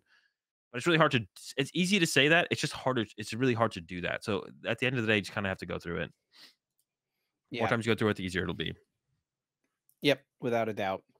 So we did want to also talk about this poll from Omni Joe, who brought up, for NAIC testers, with live being what it is, do you feel, having used alternate testing methods like Limitless Simulator and IRL/webcam, how do you feel about your grasp of the Paldea metagame? So, how do people feel prepared for NAIC? And it was pretty overwhelming. 64.7% said less prepared than usual, 23.4 said about the same, and only 11.9 said more prepared than usual. So, a lot of people seeming to feel a little underprepared for this tournament. I mean, I guess live probably has the biggest portion of that blame, right, Azul? Yeah. I mean, definitely. It's just really tedious to get through games sometimes, and certain decks can't even be played. I mean, Spiritomb is currently still banned. Ting Lu is banned. Like a lot of potential cards you'd include Empoleon V is banned. Like a lot harder to just kind of just play games of Pokemon. And like PTCGO used to be one of the most convenient ways to just play games of Pokemon, right? You didn't need a partner to play against. Pick a deck, load up a game on the ladder, play a game of Pokemon, repeat, right? And we're hoping that it'll be like even better and more done with PTCG Live, but it's been less done, and it's worse. So, I mean, I feel less prepared in this format in general, because of that personally. I'm sure a lot of people, other people, feel the exact same way, and a lot of people don't even have anything to fall back on, like I do, where I have like a testing group to work with. Right, a lot of people don't even have that. Yeah. So, It's way worse for a lot more people out there. So it does kind of suck, but I think it's like, yeah, it just kind of sucks. It just kind of sucks, but it's not a surprise that that is the results from the poll. Yeah, I think another factor as well could just be the fact that this format really isn't too different from our previous format, right? There's no Yeah, big new deck. We got Chien Pao, but it's not going to be a massive metagame force like something like yeah, Lugia was when it came out or Gardevoir was when it came out. Like Chien Pao is a pretty low meta share deck most likely, and unless that's something you're planning to bring, there's not too much to try to test there. Things like Ting Lu are probably not going to do super good, be super popular. And the big change ups are additions of reprinted cards for a lot of things, right? Like the Super Odd, and then re- Iono is obviously a unique card in of itself, but like just reprinted Hand Disruption. Um, so like a lot of people like we kind of know what these cards do and they just slot into the existing decks. So I think like yeah. maybe part of it is people being a little complacent with not feeling like they need to worry about testing as much because one, the online client isn't that good, so it's like the motivation isn't there to seek it out. You have to seek it out a little bit more. It's not just readily available for you to queue up into the ladder into whoever you want to. Um and because you feel like you already kind of know with what the metagame is, or like can at least theory through like the impact that the new cards have on it, right? Yeah, I mean that's like yeah. There's not a lot did not change. The most powerful cards are still just kind of too powerful. Um, and I think we're like it almost feels like we're a little bit away. Like we need like a rotation or two to kind of adjust the meta. I think like the problems right now are Lost Box and like Battle VIP Pass are kind of keeping us stuck in this meta, this format. I don't know. It always feels like it's something, but just some cards being a little bit too strong. But yeah, I mean, not that much change. So I feel like that is like pretty reasonable. Like it's just yeah, new cards making what were the most powerful decks before even more powerful, which I feel like just kind of narrows the meta, right? Then this meta feels more narrow than last format for sure. Yeah, I think so. I did feel like there was a bit more variety. Things have kind of centralized around really just two decks so far in the format, it seems. I think Gardevoir and Lost Box are probably going to make up over around 20% ish each, give or take maybe a percent points for Lost Box with so many variants of it, but they're going to be pretty high up there as far as play. And speaking of which, let's go ahead and start with our meta discussion talking about these decks. And it's got to be Gardevoir up at the top of the list, right? Become pretty evident that Gardevoir is the best deck, or at a minimum, the deck to beat going into the tournament. It will certainly be the most popular deck in this tournament. So, with it being the best deck, with it being so powerful, gaining so much from this last set with Super Rod and with Iono and Artisan as well. Honestly, that's a card that's been super huge for Gardevoir, in my opinion. Um, Nice. what reason is there to not play this deck? I think the Lost Box. I think it's still unfavored against most Lost Box builds. If not as much as it was before, it was definitely more unfavored before. So it's getting closer. But I think you're still unfavored. Like that would be kind of the only reason to not play Guard War. But yeah, definitely has the best matchup spread in the format. Is feels almost uncounterable. It's really hard to counter Guard War. Like there's no decks that can like truly it feels like exist in the meta that can be built with the purpose of countering Gardevoir, but actually still be able to get to the point where you play enough Gardevoir. Like you can't play enough Gardevoirs to actually like get to potentially a top 8 with any of the decks that actually hard counter Gardevoir, right? 'Cause along the way, you're either gonna have like a bad Lost Box matchup, or you're just gonna be bad against Mew or something like that, and then Hmm. your deck kind of falls apart. You can't actually push to ever compete for like a top 8 spot. So yeah, I don't know. Gardevoir is just yeah, the only reason would just be, like, if you just don't wanna take an unfavorable matchup against Lostwalk. I think it's, like, literally the only reason. So that'd be, like, the thing you'd have to ask yourself, because I think it is still at least slightly unfavored against Lost Box, but it's getting close. Yeah, the I like Iono spam is pretty strong against Lost Box, right? But I think that, and I heard you talk about this on your stream a little bit. It's almost like the Lost Box players need to change their play a little bit and be more aggressive with setting up their board, right? Like getting Yeah, down that extra Sableye, getting down that extra psychic energy so that you can withstand the Ionos a little bit. yeah. So if Lost Box players are like adequately practicing the matchup, I think a lot of people will realize this and feel more prepared. Um, I think, like, cards like also, like, Palpad and stuff really help that for, like, Lost Box as well, because you can put 2 colors back in the deck or whatever, and then you're, like, that much more fuel to work with as they start to Iono spam you. yeah. Yeah, for sure. So there's like a lot of things Lost Box can do because Lost Box also got, super odd in this set. Very good card. You can be more Yeah. aggressive with Pokestop now. We talked about that in the past, how you're not as reliant on Clara like you were in the past. Um, so with Gardevoir, let's talk about some of our list preferences. If it's going to be really popular, right? What lists do you expect to be most successful? Anything spicy people should include? The Drifloon or Drifloon, sorry, or like the Champions Festival shenanigans, or is consistency king for this new format, Azul? I can maybe see something like Champions Festival being played. The Drifloon doesn't seem very good. Drifloon's actually like kind of cool in the mirror match because it's another attacker that's not a Gardevoir. So Yeah, for basically, the sure. game plan in the mirror is like to not attack with Gardevoir as much as possible, except if you use like a EX in the early game when they can't want to KO it. Then that's fine. But yeah, the game plan in the mirror match is basically don't attack with Gardevoir. So like the Drifloon can add like another Pokemon you can kind of send up and continue your prize trade back and forth with. Um, but besides that, I've just been playing like the super straightforward build, basically like a card or two different from the build that took down the Yoshi Yamaguchi. uh no, not Yoshi's the one that won the or got second at the Japan Championships. Oh, Um okay, the more recent one. yeah, it's basically like a card.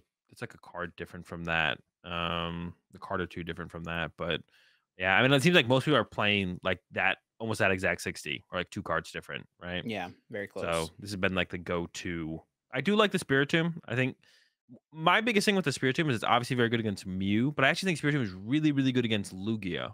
But there's basically no Lugia to be seen as of late. Yeah, Lugia like It's fell out off there, the face but of the earth, it feels like. yeah. I don't even think the Guardian matchup is that bad, too. I don't even like it just did just disappear though. Because I think Iono in Lugia, like up against Guardy, is actually really, really strong. They do have like the Temple of Sinnoh Iono play at the end of the game, but like I don't think that's like too oppressive to make the matchup like unwinnable for Lugia. Yeah. So And honestly, like if Lugia, like it does seem like Lugia is on a pretty downward trend right now. If that's the case, maybe a lot of Guardy players drop the Temple of Sinnoh. And if a lot maybe. of Guardy players drop the Temple of Sinnoh, then it's like, yeah, you don't have anything to worry about, right? But we're talking about Guardy here, we're not talking about Lugia just yet. Um, yeah, 4 stadiums. I mean, it seems like a lot. There's no worker in here. That was something that was kind of a staple. Yeah, I've been Have you liking been the a heavier fan of the stadiums. heavy stadiums versus Yeah. having like the supporter option? Yeah, definitely, definitely. Like I still have Palpad in my list, like that this list doesn't have Palpad over the third boss because I don't even like it to recover boss. I like it to recover more Ionos. Like in the mirror match up against Lost Box, like maybe you discard an Iono off a refinement or an Ultra Ball. Or if you go turn one Iono, turn two Iono, you only have two Iono left there, and there's still like 3 or 4 turns left in the game. Like, Yeah, and also finding them, I think, becomes an issue without Palpad as well. Like you have two Iono left in the deck, but if you don't draw into them, you don't have them, right? So I've been yeah. liking the Palpad over like the third boss just to have more Ionos throughout a game. But yeah, but definitely the worker, I've like the more aggressive option through the stadiums and the worker, even though I play the Palpad. So I've been liking the 4 stadiums. The Spiritomb thing is interesting, right? Because for anyone who isn't aware, it is banned currently on TCG Live. So if you're looking at online event results or playing on the ladder, you've not seen any Spiritomb because people are not Yeah. able to play it in the game. Banned. Do you think that like skews anyone's play testing or thoughts going into the tournament since it's not able to be played? I mean, even with Spiritomb not being legal on TCG Live, if you look at the play limitless tournaments, it's not like with Spiritomb being banned, Mew has not been dominating, and even Lugia that it's good against has not been super popular either. Yeah, I mean that definitely makes things a little bit interesting for sure. The lack of Spiritomb in online tournaments is a little bit weird as well, but online tournaments are generally not like a great um analysis of what the meta will actually be at like major tournaments, because like a lot of people like to like play the new stuff, right? So like Ting Lu was decently played pre-ban on live. Chi and Pao is probably more popular in online tournaments than it'll actually be at the tournament, stuff Yeah, like for that. sure. But yeah, I like the Spirit Team is a little bit awkward. So like it's harder to test right now, obviously, because you can't do it online, or on live. But yeah, I mean, I think Spiritomb is like still pretty solid. I think Mew will be reasonably popular, like more popular than it has been in online tournaments. It'll be more popular than that at the actual tournament. Any spicy techs in Gardevoir you think we could see pop up? One for me that I think like could be decent that we might see pop up a little bit is the Gallade from Astral Radiance. I think Gallade is actually pretty decent right now. But it's a little less necessary if you're like playing the super straightforward supporter count, right? If you're just playing like the 4 Iono 3 boss and then a couple Yeah. research in there, you don't maybe need the Gallade as much. But if you've got a couple of the tech supporter options in there, and Gallade's honestly like a decent attacker in both mirror and against Lost Box, it's got a lot of HP. The buddy buddy catch one is that, or the buddy catch? I always call it buddy Yes. buddy catch because Yeah. the buddy buddy rescue. It's like, oh, you just don't have the. I don't think you have the Curlius to support it. You have to That be is the biggest playing. issue, right? If you play the Mirage Step Curlia, then I think all of a sudden you might have the Pokemon to in play to support that. But it's like, and there's like a ton of matchups where you can't even afford to Mirage Step. Mirage Step is also like kind of cool against Mew because of Lost City. So you can get out like 2 to 3 Curlius through Mirage Step, and then you candy all your Roltas up to Guardies or Gallades or whatever, and then you have like a little bit more to work with as far as draw power on board goes, and they're not just like lost zoning your draw power every time they attack. So yeah, like I'm not a huge fan of the Gallade. Yeah, but you said you'd have to be playing like some kind of tech supporters because if you just have Boss and Iono in there, I don't know why you're playing the Gallade. It's not worth the trade off for sure of Sure. losing access to a Ralts or to a Curly, I should say. And then the other thing we wrote down here is mirror tips, things that you think people could do to improve their win percentage in the mirror, if the mirror is going to be as popular as we think it is, and it probably will be. Yeah, just don't attack with Gardevoir. Like you just retain your draw power is super important. Attack with Cresselia. Even like in weird situations, you can attack with Mew to like knock out. Uh, Opposing the Gardevoirs that yeah, they the like put opposing too much Gardevoir. damage on. Yeah, if they have to build it up to like KOization or something weird, I don't know if there's like a weird situation that comes up where they built up enough damage. I've attacked with Mew in the mirror before. It doesn't happen a ton, but yeah, just use Cresselia a Maybe lot sneak that is the main Drifloon in thing. there, huh? Yeah, the Drifloon is Or pretty nice. Drifloon. You're not losing a Curlier or a Gardevoir to like attack with it for turn, so it is definitely nice to have sometimes. We'll see. We'll see what ends up happening if people find some techs. Let's start with Lost Box now as well. Deck number 2 on the list, and you seem to think it is still favored versus Guardy, even with 4 Iono, which I think is like kind of a scary thing for a Lost Box player going up against a deck where they know they're going to be hand disrupted basically every single turn, right? Yeah, the potential is there, but yeah, I think if you just like you learn how to like play a little bit more aggressive about setting stuff up, like setting up a Dragonite, multiple Sableyes, you got to like heavily set your Pokemon up into play, and then it definitely still feels like it is slightly favored against Gardevoir, but not by much. It's pretty close. It makes it hard to for there to actually be an argument of not playing Gardevoir, to be honest, because of the rest of the matchup spread. And with Lost Box, obviously, there's a ton of versions. You've most recently played the Turbo build in Fresno.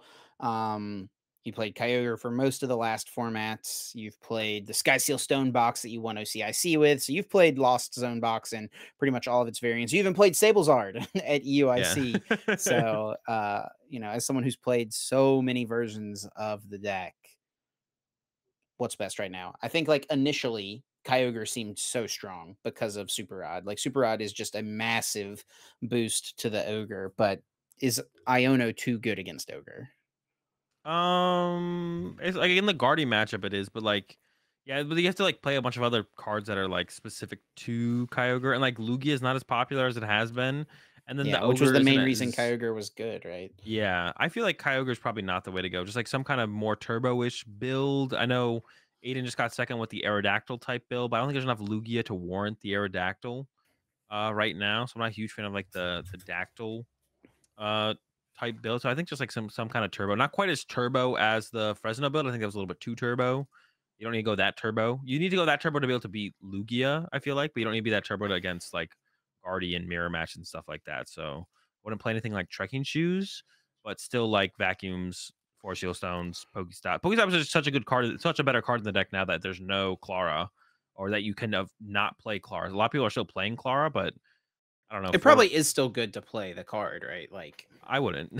Just no. 3 to 4 Super Rod, 4 Nest Ball. Like, you'll make it work. It's fine. Just play Chorus. I Yeah, mean, I don't think sometimes I would they play Clara Iono you anymore. do too, and you need to find Super Rod plus Nest Ball now, right? Like My Sableye already on the bench. He's been there. He's been hanging out. We're good to every go. time though, every Every time. time. Often enough. Two Sheesh. of three times. 2 of 3 times. Any That's all we reason to play need. Sablezard? I don't think so. Been hearing like a couple people talk about like playing it with like the melodic because you have a little bit more space in that deck. The melodic, of course, like doesn't allow your hand to be disrupted by stuff like Iono. So maybe that's a good enough reason. But would you be like a 1/1 melodic that's gonna boss KO at first and then I honor you the next turn? Or are you playing like a 2-1 melodic or a 2-2 melodic? Like, I don't know. It doesn't seem worth the space trade-off and having to set it. Also, like, how are you finding the melodic? Are you playing Ultra Ball at this point? Like, where are we going with this? It doesn't seem like it's quite. It doesn't seem like it's it. And you pretty much always have to be willing to sacrifice 2 bench spaces as well, right? Like Well, if you're doing like a two Feebas down.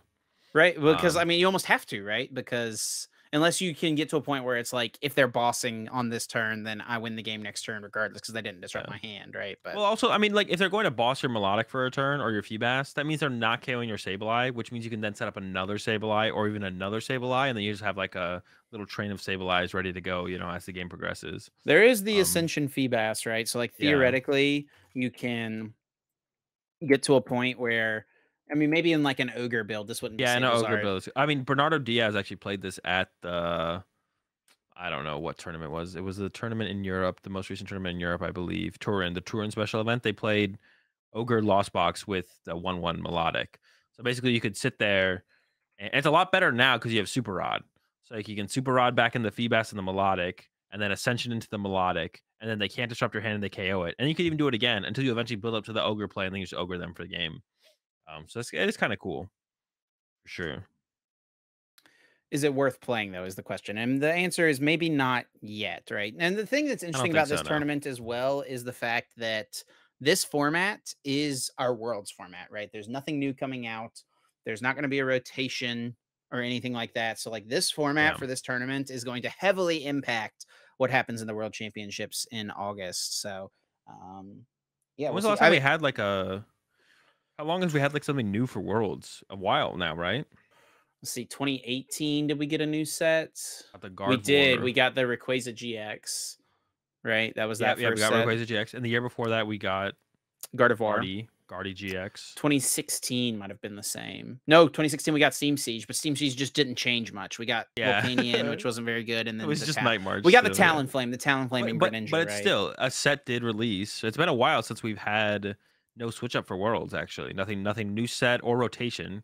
It might be Um, 2014 Worlds is the last time, I think. what year was that? I don't even remember what That's year that was. Virizion Genesect. I think that was probably the same format. Yeah, I think so. It's been a while since we haven't had a change up at Worlds between uh US Nationals / NAIC and Worlds. So with that being said, this is actually an interesting question that doesn't have to do with any decks or any meta or anything like that. I mean, is there ever a world where if someone comes up with a deck that they think is just absolutely broken, beats the format, do they ever not play it to this tournament and save it for Worlds? I don't think so. There's too much time between now and Worlds. There's too much of a risk that someone is already also gonna play it at NAIC Yeah. and it already gets leaked, or between NAIC and Worlds that it like The meta someone else comes up with it. shifts. Yeah, or the meta shifts and you can't do it anymore, right? Like, what if Gian Pao is actually way better than everyone thinks and everyone's just playing it wrong, but then someone plays it and wins NAIC or top eights it with like a broken list, and it's like, oh, I don't beat Gian Pao, and now Gian Pao is 15% of the meta and my deck sucks, right? Yeah. So yeah, if you gotta, if they generally speaking, if you have a secret deck or a deck that works really well in the meta, the best time to play it is now, because you never know what someone else is going to come up with or where the meta is going to shift next week, right?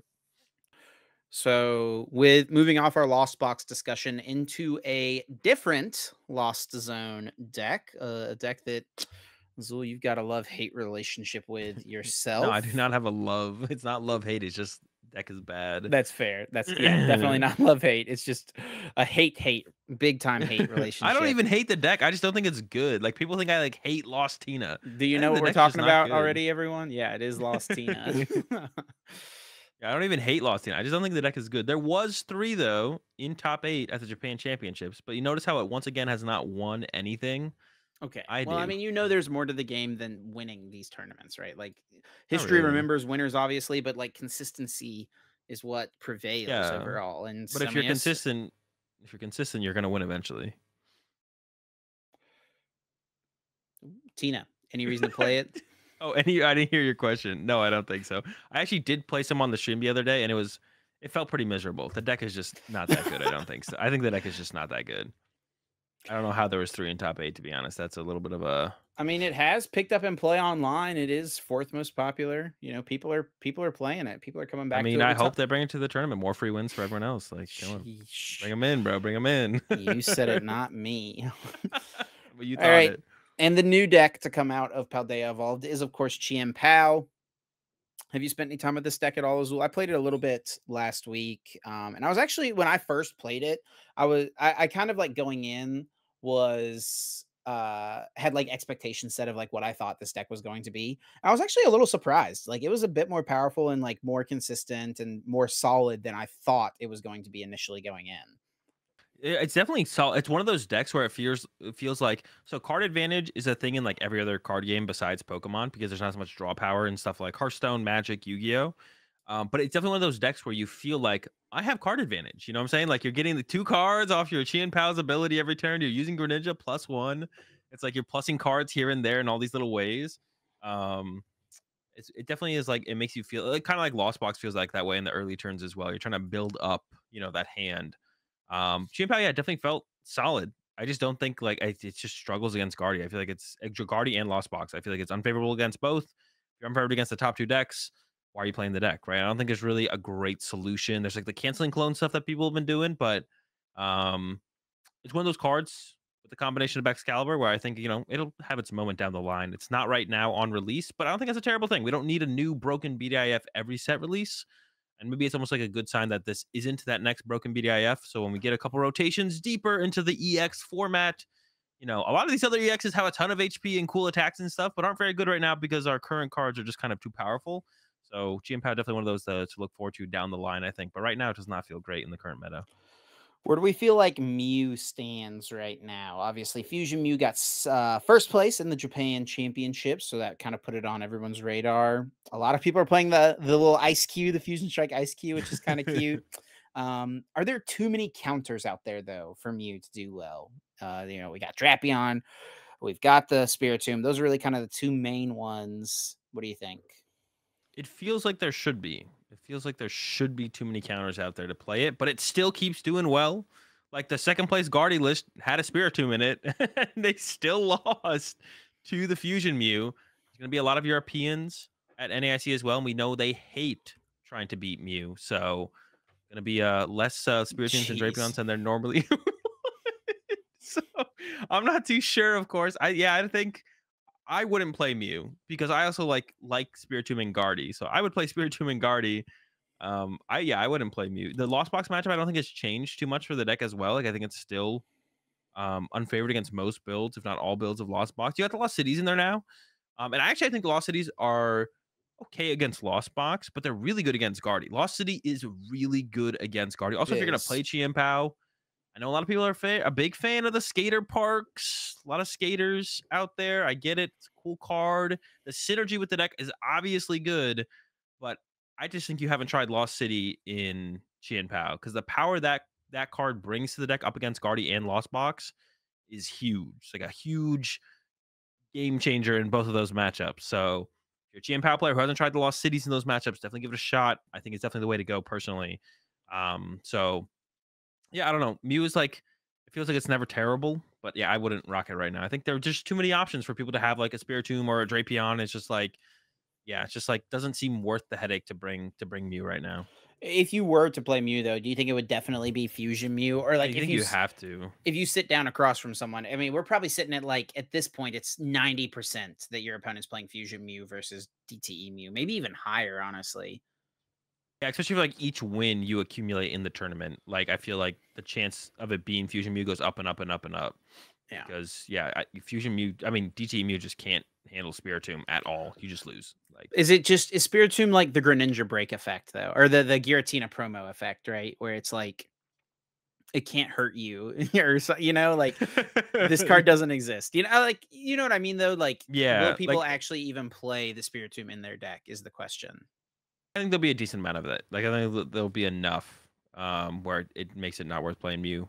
Although I think it could be one of those little bit more of those back and forth, like, especially leading into Worlds, where it's like maybe at that point, maybe come Worlds, no one's gonna have the Spiritomb, and there might not be as much Drapion. But even then, it's like not like Guardy. If Guardy and Lost Box aren't overly teching for the Mew matchup, it's not like they have a bad matchup against Mew anyways, right? So it's Yeah. like um you just become a fine playable deck at that point. But yeah, for NASC specifically, I think there's going to be a little bit too much. Not a big fan of the Mew. So it does I feel would like go if you are going to Yugi bring it, bring the fusion though for sure. It does feel like Lugia has fallen off a little bit in the current format. We don't see it doing as well in the online tournaments. I haven't seen it be the center of much discussion. I haven't seen many lists online on Twitter and stuff from people. Um, But it does feel like the colorless version has been a little bit more popular. And maybe just a little bit because of the jump at the start of the format, right? People are excited to try the jet energy, the therapeutic energy with the Snorlax. Like there's a lot of decent cards coming out in this set for Lugia. We've even seen people playing like the luminous energy with Charizard again. We've seen the reversal energy with that Luxray coming up. Yeah, Lots of things you can do with spice. Lugia right now. Why do you think it deserves the fall off it's had so far, like the decrease in play? And of all the mini versions, what do you kind of like? I mean, the decrease in play, it feels like comes because it's split now, right? Between the colorless and single strike. A lot more people are playing the colorless build as well online because it's the new build. But I still think single strike is just better. Like Dark Attackers against Guardy, the T-Tar against the Lost Box decks, the potential to mill with the T-Tar, like Stone Journer, I think even gets a little bit better now as well to like match the Raikus in the Lost Box decks. Like, yeah, I just don't see a reason to not like when I played the colorless build as well. It's just like you just don't have any powerful plays. You're like 180 with Snorlax is it's your turn. It's just not very good. And we've seen what we saw in the development throughout because I pay attention to all the results from all the major tournaments. Um, from the earlier stages when Taiwan or over in Asia they got access to these cards. They were playing the colorless builds, but single strike builds are still doing better. And then up to this point now, where it's basically only single strike builds over in like Japan and stuff. They're not playing the colorless stuff from what I've seen. Like whenever I tune into the streams and watching those, they're never really playing the colorless build anymore at all. Yeah, we didn't talk about this last week because I don't think it was updated on Limitless yet, but we do have the rest of the decks from the Japan Championships. Last week it wasn't totally filled in. We didn't have all the lists. Now we do. And the top 16 did contain two Lugias. Now, they were 15th and 16th, so they didn't make it super far into top Yeah. cut. But both of the Lugias were single strike Yep. Lugias. This Yep. one had two Stonejourner, two Tyranitar, and the Squawkabilly. And then this I know one's you're a a little big bit Billy more fan. unique. It's got the Stonejourner and the Evil Tall, but it also has Luxray with the reversal energy and also a Metacham V. Yeah, the Medichamp's interesting for the Guardian matchup, I assume. Right, you Yeah. make the big Lugia, make him work for it, and then Medicham to get ahead. The Luxray's like for mirror match, but I don't think the Luxray's worth playing because there's not enough mirror match anymore to like warrant it. To be honest, Yeah. initially I like the Luxray, but like the games I played with Lugia, I've used it 0 times because I've yet to hit a mirror match. And if you hit a mirror match, you also have to be behind to even use it to begin with. But to be honest, I don't know if I after I saw the full results from this tournament, the validity is a little bit skewed because there was a Maridon in the top Oh 16 my there. So gosh. Azul it resident did squeak Maridon in. hater. It's a little bit that slower build once again though with the Magnezone. Like I was saying, I feel like Sagens is like a hybrid turbo list. This has 4 Path to the Peak, bro. Yeah, it's also like a 4 path in there as well. So it's like this is like it coming with like a Guardy win condition. The win condition is Iono path against Guardy. They've But got once this again, if you're Zera not going Aura in here fast, too. not going fast as Maridon, I don't think you're getting the is the Zero just a one prize or is that just the point? It's a one prizer. It has free retreat, Ooh. and it does 60 damage for one to Gardevoir, right? So it KOs baby Gardevoir as a one Yeah, prizer. after they KO. Okay, okay, that's kind of cool. Where did this card come from? It's not a new It's from card. Silver Tempest. It just kind of popped up. There was actually a guy who played it on stream in Fresno. I don't remember his name, but he was on in day one, and he had this card in his Maridon deck. He would have won Fresno if he just had Iono. He was just Iono short of having the combination to actually beat Guardy with Maridon. I don't think Zero Aura is probably enough, but I don't know. Maybe Zero Aura plus Path plus Iono enough to get top 16 over in Japan. I still don't think it's enough to push Maridon to the point where it's like a real competitor though consistently. But it still keeps popping up. He still keeps making waves.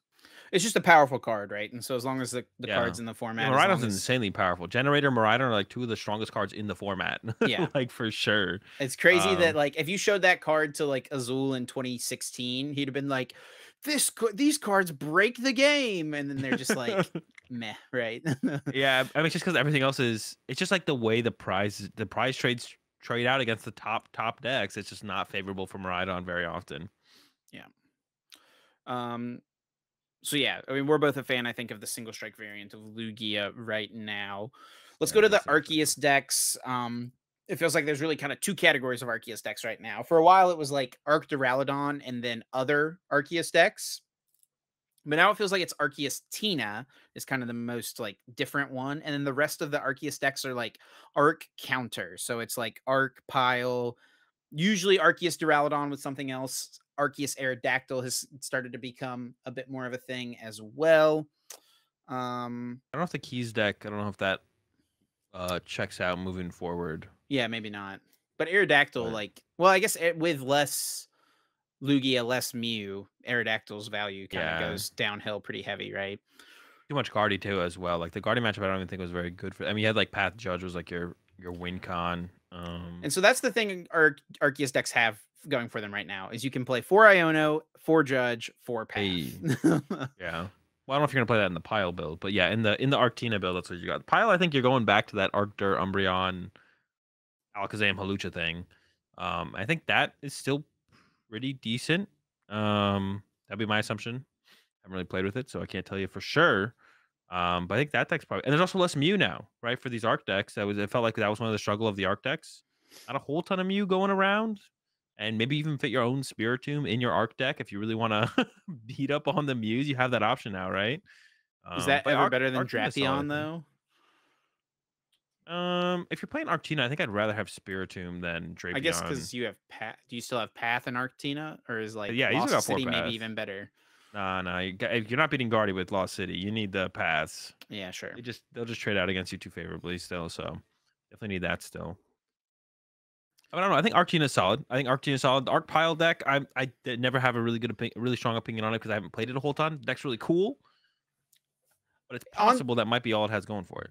In theory, right, Vulpix seems solid against Gardevoir, right? Everything. It's the same reason that Vulpix was solid into EUIC against Gardevoir. It's Um, yeah, it's less good now though because people are playing more gust effects, so they can yeah, more easily isolate the Vulpix and then just rolls it. Also, if you play Spiritomb, you can shut off your Zacian's ability and then knock out the Vulpix. yeah, So another reason to play Spiritomb, I guess as well. There's 1+1 for Spiritomb. yeah. So I don't think, like, in theory, Vulpix seems good against Gardevoir, but in practice, there's just enough Yeah, wrong with the way people are playing their Gardevoir lists right now that Vulpix just is not the way. I wouldn't recommend it. If you're looking for an Arc deck, Arctina or the Umbreon seems to be the way to go. To be the way to go right now for sure. And then one more deck that kind of snuck in here, I feel like, that we did Doing want to well. make sure to take time to talk about is the Urshifu Inteleon deck. So this is something that's kind of just been sneaking around this last format. But coming into Tiptoeing. Paldea Evolved, it's been doing pretty decently in online tournaments. Like when I was looking at the results of one of the late nights, it was like 4 Urshifu Yeah. Inteleon in the top 16 or something It like was like 0 that. in top 8 though, but they were like just right there, right? I think Yeah, I saw the all same really result. Yeah. close. Yeah. So, I mean, what's making this deck pop up a little bit more right now? I mean, I've thought it's always had a good Guardy matchup, and it's always had a good Lost Box matchup. Like, but that's it. That's usually it comes up short against literally everything else. The Mew matchup is tough, but you have the new option of Spiritomb. As usually people were playing like double Drapion, and even then you weren't beating Mew very often. Especially against Fusion Mew, the double Drapion doesn't quite like do enough at all because you're still like you're almost always opening like a 2 prize Pokemon, and then they just go 2/2/2 with Meloetta into Mew Mew. So Mew matchup's tough. There's another matchup that was pretty tough as well that it's like escaping me right now. But Guardy, it's always felt like the Guardy matchup, Lugia? the Lugia matchup is terrible. Because you just don't do damage, and they're doing a lot of Yeah. damage. And yeah, you don't have any like cute meta champ plays. They play Serena most of the time as well, so you can't even set anything up to like do some cute plays. So yeah, embodied by Lugia. Lugia's not that popular right now. You have some new options from Mew. The two most popular decks. I feel like you're favorable against both. I've seen some mixed opinions on that and some mixed results from that though. So I'm not 100% wanting to commit to saying that it's definitely favored against Guardy or favored against the um Lost Box, but I think you are favored against both those even just slightly. So that's why I think it's like, and that's like in a situation where it's like all of a sudden at that point, um, I think it'd be like fine to run something like the Urshifu and Teleon. If you actually feel confident in both those matchups, like that's gonna be about 40% maybe plus of the meta is gonna be Lost Box and Guardy, right? I will say if you want to play Urshifu Inteleon, though, start playing games now. Play a lot of games with that deck. It's definitely the type of thing where you have so many Options. options with your damage manipulation every turn. When you throw the Alakazam in there, when you throw the damage placement in there from the double gunner of Intellium VMAX, like you've got to be well versed in how to play this deck if you're what you want to play and do well at the tournament with it. But yeah, I agree. I mean, I think this deck seems I've always thought, even last format, I was like a big fan of this deck. I was like, oh, this seems like it's so good because it beats Lost Box, and that was like the the deck that it was like hard to find a solid, consistent answer to in the last format, Yeah, right? Um, definitely. so I've been a big fan of this deck. I do think like there's a chance we see a deep run from it at this tournament. Yeah, definitely. Yeah, because like, yeah, if like, and especially like on top of that, like the top two decks, like I said, 40% plus of the meta, and then even on top of that, you're looking at, as the tournament progresses, those are going to be like some of the most successful decks at the tournament as well, right? So you're gonna once you get off to a good, if someone gets off to a hot start, they're going to keep hitting them over and over and over again. All right, Azul, let's make some predictions. Tournaments this weekend, less than a week away. We got 3 predictions written down here that we're gonna try to see who gets more correct. First off, what region do you predict, Azul, to win this tournament? I'm gonna go out. I'm gonna say that Australia is gonna get their first IC win this weekend. There's probably about like 10 players from Australia at NAIC. So if I get this one correct, it's like a double win against Chip. But yeah, I'm gonna go ahead and say Australia's gonna get their first IC Wow. dub. Uh, Imagine as an American playing in his home internationals, not picking USA, USA. I'm going with NA for this one. Could be Canada, but I think it's going to be the US Canada. more specifically. Also, just to like going by a numbers game, right? Highest number of players in the tournament from America as well. So, So I'm saying this is like a triple or a quadruple dub if I get this right. That's what I'm saying. yeah. Like, I mean, how much are you willing to like, are we going all in on this bet of Australia winning, Azul, or is this kind of just a little side bet here? no, I just think it's just a possibility. I mean, they got to win an IC at some point, right? Like, I feel like they got to do it eventually. If Henry could just come over here and win a regional, they can win an That is IC. I think fair. That is fair. I mean, Henry's on fire right now, so who have a better knows? ratio of players at NAIC than there was at Milwaukee Regional. So Definitely. Yeah, that's the thing. And yeah, we'll see what happens. I'm going with NA. Azul's going with Australia. Next prediction we have is an over under for Gardevoir meta share. We decided to put the over under at 22%. I think if we put it at 22, it's almost definitely going to be over.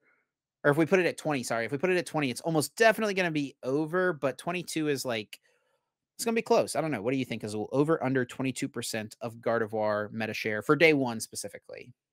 yeah, I'm gonna go with over. I don't think we'll hit like the 30s, but like 25, 26. I think we could be around there for Gardevoir for sure.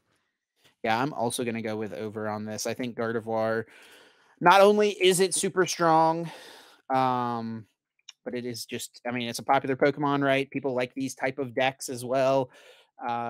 People like single prize decks and, things that just do infinite damage. And Gardevoir is both of those things. So, and Gardevoir also, a lot of people like to just play Gardevoir decks for whatever reason. Last Gardevoir. prediction, Azul. We did this. This might have to just start being a theme with every single Yeah, set. For EUIC, we did the prediction of the highest placing Miraidon. So this time we're doing I did highest get top eight. placing Chien Pao. Yeah, and like you said, Miraidon did end up getting top 8 at EUIC, but here at an AIC, can Chien Pao replicate Miraidon's greatness? Top 8 Chien Pao, Azul? I don't think I'm gonna go ahead and guess. My Chi and Power prediction is gonna be a top 32. That's gonna be my guess here. Gonna be try to be. That's where I think it like realistically falls. Um, but I did like with the little bit of testing that I have put in with it. I was I don't know like not overly impressed, but I was like, okay, this is like solid. And then like with some more testing, I might be a bigger fan of the deck than I actually am right now. But like just currently, it feels like a top 32 cap type deck. I think top 32 is a pretty good guess. I'm going to give it a little bit more credit, I'm gonna go with the top 16. I think Ooh. it has what it takes probably to get there. Yeah, the deck is I mean, it's a good deck. In any other format, you mentioned Yeah. this when we talked about it, in a different format, with a different metagame, this deck would be the best deck in the format, right? It's just not what it takes right now. It's got all the pieces, it's got a myriad of different attackers, 2 prize attackers, single prize attackers. Um, I'm a big fan of the Kyogre um in Chien-Pao. I think Kyogre Yeah. is super good. I also like Echoing Horn a lot. That's a card I haven't seen from a Dude. lot Okay of with the Luminion Chien-Pao again, bro? players. Chill. Huh? Okay with Luminion again? Yeah, just bring him back. Bring him back. He's coming back. Kyogre the Fisherman, get him out here. All right, I'm actually curious. What do you think the highest placing Miraidon will be at this tournament? It just Uh, won over in Korea. uh, It had to. Miraidon's taking it down. First place Miraidon NAIC. It would be Let's very get funny if it. Miraidon made top 8. Dude, that would be so sick. I would probably say I'd give it a top 32, most likely. Nah, top 64. There's no. Actually, I don't even know. Is anyone gonna play it? Top 128. Miraidon's not cracking past the top 128. People will definitely still play it. It's just the type of deck people like, right? Like It is. energy, It is fun. It is like like an enjoyable way to play the game. turbo. Yeah, Not trying to win, but if you're not trying to win. all right, I think that's it though, Chip. Why don't you go ahead and send us out and then get us into that bonus episode for everyone over on the Patreon. Yeah, thanks a bunch to everyone for listening. As always, if you enjoy, please be sure to drop us a rating, a review on your favorite podcasting platform. Be sure to subscribe here on the YouTube channel if you're watching on YouTube. Drop us a comment, let us know what you think. And if you want more from us, you can check out the Patreon. As soon as this episode's over, we're going to record the bonus episode, which is going to be at least 30 minutes long, and we'll be live at the same time that this episode goes up. So be sure to check that out if you are interested in hearing more from us. And if you want to stay connected with us as well, the best place to do it is over on Twitter. You can follow myself at Chip Ritchie, Azul at Azul_GG. And then the podcast is at Uncommon_Energy. Best luck to everyone going to NAIC. Appreciate the support as always. I hope everyone gets their points they need for their Worlds invite. And then we'll catch y'all next Tuesday, 7 a.m. Eastern. Peace.